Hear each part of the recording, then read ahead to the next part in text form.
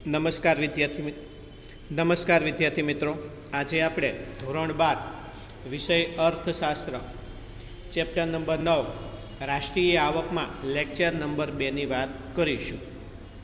Lecture number 2નો પ્રશ્ન બની જાય કે અલિપ્ત અર્થતંત્રમાં રાષ્ટ્રીય આવકનો ચક્રાકાર પ્રવાહ વિશે આકૃતિ દ્વારા સમજાવો. રેડી? કેવા અર્થતંત્રમાં? અલિપ્ત અર્થતંત્રમાં રાષ્ટ્રીય આવકનો ચક્રાકાર પ્રવાહ આકૃતિ સહ સમજાવો. પહેલાં આપણને ખબર હોવી જોઈએ કે રાષ્ટ્રીય આવક એટલે શું. રાષ્ટ્રીય આવકની આપણે અગાઉના લેક્ચરમાં 4 વ્યાખ્યા જોઈ ગયા. સામાન્ય અર્થમાં રાષ્ટ્રીય આવક એટલે શું? રેડી? આલ્ફ્રેડ માર્શલના મતે આપણે સામાન્ય અર્થમાં રાષ્ટ્રીય આવક એટલે શું. બીજી એસી પિગુના મતે રાષ્ટ્રીય આવક એટલે શું, કેન્સના મતે અને માર્શલના મતે. રેડી? ત્યાર પછી રાષ્ટ્રીય આવકની પછી આપણને ખબર હોય છે કે અલિપ્ત અર્થતંત્ર એટલે શું. જે અર્થતંત્ર ખુલ્લું ન હોય એવા અર્થતંત્રને અલિપ્ત અર્થતંત્ર તરીકે ઓળખવામાં આવે છે. ખ્યાલ છે? અલિપ્ત અર્થતંત્ર એટલે શું? જે અર્થતંત્ર ખુલ્લું ન હોય એવા અર્થતંત્રને અલિપ્ત અર્થતંત્ર તરીકે ઓળખવામાં આવે છે. પહેલાં આપણે અલિપ્ત અર્થતંત્રની વાત કરી લઈશું. અલિપ્ત અર્થતંત્ર એટલે શું? કે સરકાર, નાણાં બજાર અને વિદેશ વેપાર વગર ચાલતા અર્થતંત્રને અલિપ્ત અર્થતંત્ર તરીકે ઓળખવામાં આવે છે. ખ્યાલ આવી જાય? અલિપ્ત અર્થતંત્ર એટલે શું? એમાં કોણ કોણ ન હોય? સરકાર ન હોય. સરકાર કોઈ પણ પ્રકારનો વેરો નાખતી ન હોય કે સબસિડી આપતી ન હોય. બીજું, નાણાં બજાર ન હોય, પૈસા વ્યાજે મળતા ન હોય. ખ્યાલ આવી જાય છે? કાં તો પૈસા વ્યાજે આપતા ન હોય. વિદેશ વેપાર ન હોય, વિદેશમાંથી કોઈ પણ વસ્તુની આયાતે ન થતી હોય, વિદેશમાંથી કોઈ પણ વસ્તુની નિકાસે ન થતી હોય, એની વગર ચાલતા અર્થતંત્રને કેવું અર્થતંત્ર કહેવાય? અલિપ્ત અર્થતંત્ર તરીકે ઓળખવામાં આવે છે. ખ્યાલ આવી જાય વિદ્યાર્થી મિત્રો? અલિપ્ત અર્થતંત્ર એટલે શું? તો કે સરકાર, નાણાં બજાર અને વિદેશ વેપાર વગર ચાલતા અર્થતંત્રને કેવા અર્થતંત્ર તરીકે? અલિપ્ત અર્થતંત્ર તરીકે ઓળખવામાં આવે છે. અથવા એની બીજી વ્યાખ્યા બની જાય તો એમાં હશે કોણ? એટલે એના ઉપરથી એની બીજી વ્યાખ્યા બની જાય કે જે અર્થતંત્રમાં ઉત્પાદકો અને કુટુંબો, ઉત્પાદકો એટલે કે વસ્તુનું ઉત્પાદન કરનાર, કુટુંબો એટલે એનો વપરાશ કરનાર, એમ માત્ર 2 જ ઘટકો આવેલા હોય એવા અર્થતંત્રને કેવા અર્થતંત્ર તરીકે? અલિપ્ત અર્થતંત્ર તરીકે ઓળખવામાં આવે છે. આવડી જાય વિદ્યાર્થી મિત્રો? અલિપ્ત અર્થતંત્ર એટલે શું? કે જે અર્થતંત્રમાં ઉત્પાદકો અને કુટુંબો એમ માત્ર 2 જ ઘટકો આવેલા. ઉત્પાદકો વસ્તુનું શું કરશે? ઉત્પાદન કરશે. અને કુટુંબો એનો શું કરશે? વપરાશ કરશે. એમાં સરકાર છે? નહીં. નાણાં બજાર છે? નહીં. વિદેશ વેપાર છે? નહીં. માત્ર ઉત્પાદકો અને કુટુંબો એમ 2 જ ઘટકો આવેલા હોય એવા અર્થતંત્રને કેવા અર્થતંત્ર તરીકે?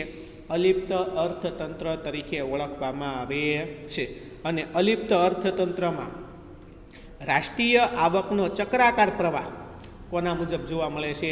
નીચે મુજબ જોવા મળે છે. અલિપ્ત અર્થતંત્રમાં રાષ્ટ્રીય આવકનો ચક્રાકાર પ્રવાહ કોના મુજબ જોવા મળે છે? નીચે મુજબ જોવા મળે છે. જો આપણે આકૃતિ દોરવી હોય અલિપ્ત અર્થતંત્રની તો પહેલાં 2 ઘટકો લઈ લેવાના. એક તો કેમાં હોય કોણ? ઉત્પાદકો. અને બીજું કોણ હોય? કુટુંબો. એમ માત્ર 2 જ ઘટકો આવેલા હોય. હવે કુટુંબો પાસે શું હોય? જમીન, મૂડી, શ્રમ અને નિયોજક. આ જમીન, મૂડી, શ્રમ અને નિયોજક એ કોને આપશે? ઉત્પાદકોને આપશે. બદલામાં ઉત્પાદકો એને શું આપશે? ભાડું, વ્યાજ, વેતન અને નફો આપશે. ખ્યાલ આવે? આકૃતિની ઉપરનો ભાગ, આકૃતિને 2 ભાગમાં આપણે વહેંચી દેવાની છે. આકૃતિની ઉપરના ભાગમાં આપણે વાત કરીએ તો કે ઉત્પાદનના સાધનો એટલે કે જમીન હોય, મૂડી હોય, શ્રમ હોય, નિયોજક હોય, અને તેમને ચૂકવવામાં આવતા નાણાકીય વળતર એટલે જમીન હોય તો ભાડું, મૂડી હોય તો વ્યાજ, શ્રમ હોય તો વેતન અને નિયોજક હોય તો નફો. રેડી? વચ્ચેનો પ્રવાહ સામસામો વહેતો જોવા મળે છે. એટલે કે ઉત્પાદકો એ સમાજમાંથી એટલે કે કુટુંબમાંથી ઉત્પાદનના સાધનોની માંગ કરે છે. ઉત્પાદકો એ ક્યાંથી? કુટુંબોમાંથી કાં તો સમાજ પાસેથી. કોના સાધનોની? ઉત્પાદનના સાધનોની માંગ કરે છે. આ ઉત્પાદકો સમાજમાંથી જમીન, મૂડી, શ્રમ અને નિયોજક મેળવે છે. બદલામાં એને વળતર સ્વરૂપે જેને જમીન આપીએ છીએ એને શું આપવું પડશે? ભાડું. મૂડી આપીએ છીએ એને વ્યાજ. શ્રમ આપ્યો છે એને વેતન. અને નિયોજક આપ્યો હોય તો નફો ચૂકવવો પડે છે. આમ કોની પાસે રહેલું નાણું? ઉત્પાદકો પાસે રહેલું નાણું કોના હાથમાં આવી જાય છે? કુટુંબના હાથમાં આવી જાય. થઈ ગયું એટલે સુધી? આકૃતિની ઉપરનો ભાગો, આકૃતિની ઉપરના ભાગમાં વાત કરીએ તો કે અહીંયા પહેલાં ઉત્પાદકો છે, અહીંયા કુટુંબો છે. ઉત્પાદકો આપણે વાત કરીએ તો કે આકૃતિની ઉપરના ભાગમાં ઉત્પાદનના સાધનો અને તેમને ચૂકવવામાં આવતા નાણાકીય વળતર વચ્ચેનો પ્રવાહ સામસામો વહેતો જોવા મળે છે. એટલે કે ઉત્પાદકો સમાજમાંથી કાં તો કુટુંબો પાસેથી ઉત્પાદનના સાધનોની શું કરે છે? માંગ કરે છે. રેડી? એટલે કે ઉત્પાદકો સમાજમાંથી જમીન, મૂડી, શ્રમ અને નિયોજક મેળવે છે. બદલામાં એને વળતર સ્વરૂપે જમીન આપ્યો એને શું આપવું પડશે? ભાડું. મૂડી આપી એને વ્યાજ. શ્રમ આપ્યો એને વેતન. નિયોજક આપ્યો એને નફો ચૂકવતા જોવા મળે છે. આમ કોની પાસે રહેલું નાણું? ઉત્પાદકો પાસે રહેલું નાણું કોના હાથમાં આવી જાય છે? કુટુંબના હાથમાં. રેડી? ઉત્પાદકો પાસે રહેલું નાણું કોના હાથમાં આવી જાય છે? કુટુંબોના. આકૃતિના કયા ભાગમાં? ઉપરના ભાગમાં. હવે આકૃતિની નીચેના ભાગમાં વાત કરીએ તો કે કુટુંબો છે એ કેવો ખર્ચ કરે છે? વપરાશી ખર્ચ કરે છે. કુટુંબો છે એ કેવો ખર્ચ કરે છે? વપરાશી ખર્ચ કરે છે. અને બદલામાં ઉત્પાદકો એને ચીજ વસ્તુ કે સેવા પૂરી પાડે છે. જો આ પૈડું કેમ ગયું છે? એમ અહીંયાથી અહીંયા તીર લાગી ગયું છે, પછી આમ ફરતું ફરતું અહીંયા એનું તીર આવી ગયું છે. અને આ બાજુના પૈડાની આપણે વાત કરીએ તો કે જમીન, મૂડી આપણે વાત કરીએ તો કે ભાડું, વ્યાજ, વેતન, નફો ચૂકે છે, અહીંયા તીર આવ્યું. પછી આમને પાછું વપરાશી ખર્ચ કરે એટલે અહીંયા તીર આવ્યું. બે તીર સામે વહે છે. રેડી? આકૃતિની નીચેના ભાગમાં ચીજ વસ્તુ કે સેવાની સામે વપરાશી ખર્ચનો પ્રવાહ વહેતો જોવા મળે છે. એટલે કે ઉત્પાદકો દ્વારા ઉત્પન્ન કરવામાં આવેલ ચીજ વસ્તુ કે સેવાનું વેચાણ કોને કરવામાં આવે છે? કુટુંબને કરવામાં આવે છે.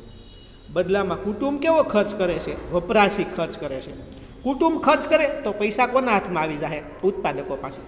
આકૃતિની ઉપરના ભાગમાં શું હતું? ઉત્પાદકો જમીન, મૂડી, શ્રમ અને નિયોજક મેળવે. બદલામાં ભાડું, વ્યાજ, વેતન ચૂકવે. પૈસા કોની પાસે આવી જતા? કુટુંબો પાસે. ખ્યાલ આવી જાય? આમ ઉત્પાદકો પાસે રહેલું નાણું કોની પાસે? કુટુંબો પાસે. અને કુટુંબો પાસે રહેલું નાણું ઉત્પાદકો પાસે. કેવા પ્રવાહમાં? ચક્રાકાર પ્રવાહમાં ફર્યા કરે છે. અને આવું આપણે વાત કરીએ તો કે નાણું એ અર્થતંત્રને હંમેશા ધબકતું રાખે છે. આવું નાણું એ અર્થતંત્રને હંમેશા કાં તો આવું અર્થતંત્ર એ અર્થતંત્રને હંમેશા ધબકતું રાખે છે. આવડી જાય? જોઈ લે આકૃતિની ઉપરના ભાગમાં. આકૃતિની ઉપરના ભાગમાં ઉત્પાદનના સાધનો અને તેમને ચૂકવવામાં આવતા નાણાકીય વળતર વચ્ચેનો પ્રવાહ કેવો વહે છે? સામસામે વહેતો જોવા મળે છે. એટલે કે ઉત્પાદકો દ્વારા ઉત્પન્ન કરવામાં આવેલ ઉત્પાદકો આપણે વાત કરીએ તો કે ઉત્પાદન કરવા માટે ઉત્પાદનના સાધનોની શું કરે છે? માંગ કરે છે. એટલે કે ઉત્પાદકો સમાજમાંથી જમીન, મૂડી, શ્રમ અને નિયોજકની શું કરે છે? ખરીદી કરે છે. બદલામાં આ સાધનોને જમીન હોય તો ભાડું, મૂડી હોય તો વ્યાજ, શ્રમ હોય તો વેતન અને નિયોજક હોય તો નફાના રૂપમાં નાણાં ચૂકવે છે. આમ અર્થતંત્રનું નાણું કોની પાસેથી? ઉત્પાદકો પાસેથી. કોના હાથમાં જાય છે? કુટુંબના હાથમાં જાય છે. રેડી? આકૃતિના ઉપરના ભાગમાં નાણું, આકૃતિની ઉપરના ભાગમાં નાણું એ કોની પાસેથી? ઉત્પાદકો પાસેથી. કોની પાસે જાય છે? કુટુંબો પાસે જાય છે. ત્યાર પછીના મુદ્દાની વાત કરીએ તો કે આકૃતિનો કયો ભાગ આવશે? નીચેનો ભાગ. આકૃતિની નીચેના ભાગમાં ચીજ વસ્તુ કે સેવાની સામે વપરાશી ખર્ચનો પ્રવાહ વહે છે. એટલે કે ઉત્પાદકો જે ચીજ વસ્તુ કે સેવાનું ઉત્પાદન કરે છે એનું વેચાણી કોને કરે છે? કુટુંબોને કરે છે. કુટુંબ કયો ખર્ચ કરે છે? વપરાશી ખર્ચ કરે છે. આમ કુટુંબ પાસે રહેલું નાણું કોની પાસે જાય છે? ઉત્પાદકો પાસે. ઉપરના ભાગમાં ઉત્પાદકો પાસેનું જે નાણું હતું એ કોની પાસે જતું હતું? કુટુંબો પાસેથી. આમ આકૃતિની નીચેના ભાગમાં કુટુંબો પાસેનું નાણું કોની પાસે વહી ગયું? ઉત્પાદકો પાસે જતું રહેતું જોવા મળે છે. આવડી જાય? આમ આપણે વાત કરીએ તો કે આમ અલિપ્ત અર્થતંત્રમાં તમામ રાષ્ટ્રીય આવકો એ પહેલાં ઉત્પાદકો પાસેથી કોની પાસે ગઈ? કુટુંબો પાસે. પછી પાછી કુટુંબો પાસેથી કોની પાસે ગઈ? ઉત્પાદકો પાસે. સતત ફર્યા કરે છે. અને રાષ્ટ્રીય આવકનો આવો ચક્રાકાર પ્રવાહ એ અર્થતંત્રને કેવું રાખે છે? ધબકતું રાખે છે. રાષ્ટ્રીય આવકનો આવો ચક્રાકાર પ્રવાહ એ અર્થતંત્રને હંમેશા કેવું રાખે છે? ધબકતું રાખે છે. આવડી જાય વિદ્યાર્થી મિત્રો? ત્યાર પછીના સવાલની વાત કરીએ તો કે ખુલ્લું અર્થતંત્ર એટલે શું? કેવું અર્થતંત્ર એટલે શું? ખુલ્લું. અલિપ્ત અર્થતંત્રમાં માત્ર બે જ ઘટકો હતા. એક તો કે સરકાર, નાણાં બજારને વિદેશ વેપાર ન હતા, માત્ર બે જ ઘટકો હતા. એક તો કે ઉત્પાદકો, બીજું કોણ આવશે? કુટુંબો. ખુલ્લા અર્થતંત્રમાં બધાય ઘટકો ભેગા કરી દેવાના. રેડી? એટલે કે સરકાર, નાણાં બજાર અને વિદેશ વેપારની સાથે સાથે કુટુંબો અને ઉત્પાદકો પણ પોતપોતાની ભૂમિકા ભજવતા હોય તેવા અર્થતંત્રને ખુલ્લા અર્થતંત્ર તરીકે ઓળખવામાં આવે છે. આવડી જાય વિદ્યાર્થી મિત્રો?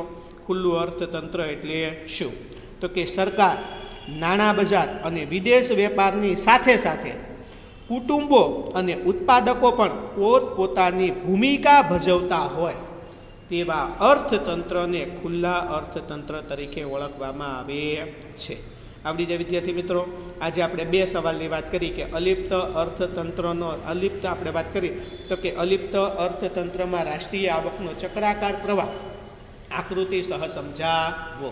અલિપ્ત અર્થતંત્રની બે વ્યાખ્યા, એનો ચક્રાકાર પ્રવાહ, આકૃતિના ઉપરનો ભાગ અને આકૃતિની નીચેનો ભાગ. ખ્યાલ આવી જાય? અને બીજો સવાલ જોઈએ કે ખુલ્લું અર્થતંત્ર એટલે શું? કે સરકાર, નાણાં બજાર અને વિદેશ વેપાર વગર ચાલતા, સરકાર, નાણાં બજાર અને વિદેશ વેપાર ન હોય ને તેને અલિપ્ત અર્થતંત્ર કહેવાય. પણ નાને ભેગું કરી દઈએ એટલે કે સરકાર, નાણાં બજાર અને વિદેશ વેપારની સાથે સાથે ઉત્પાદકો અને કુટુંબો પણ પોતપોતાની ભૂમિકા ભજવતા હોય તેવા અર્થતંત્રને ખુલ્લા અર્થતંત્ર તરીકે ઓળખવામાં આવે છે. ખ્યાલ આવી જાય વિદ્યાર્થી મિત્રો? નમસ્તે.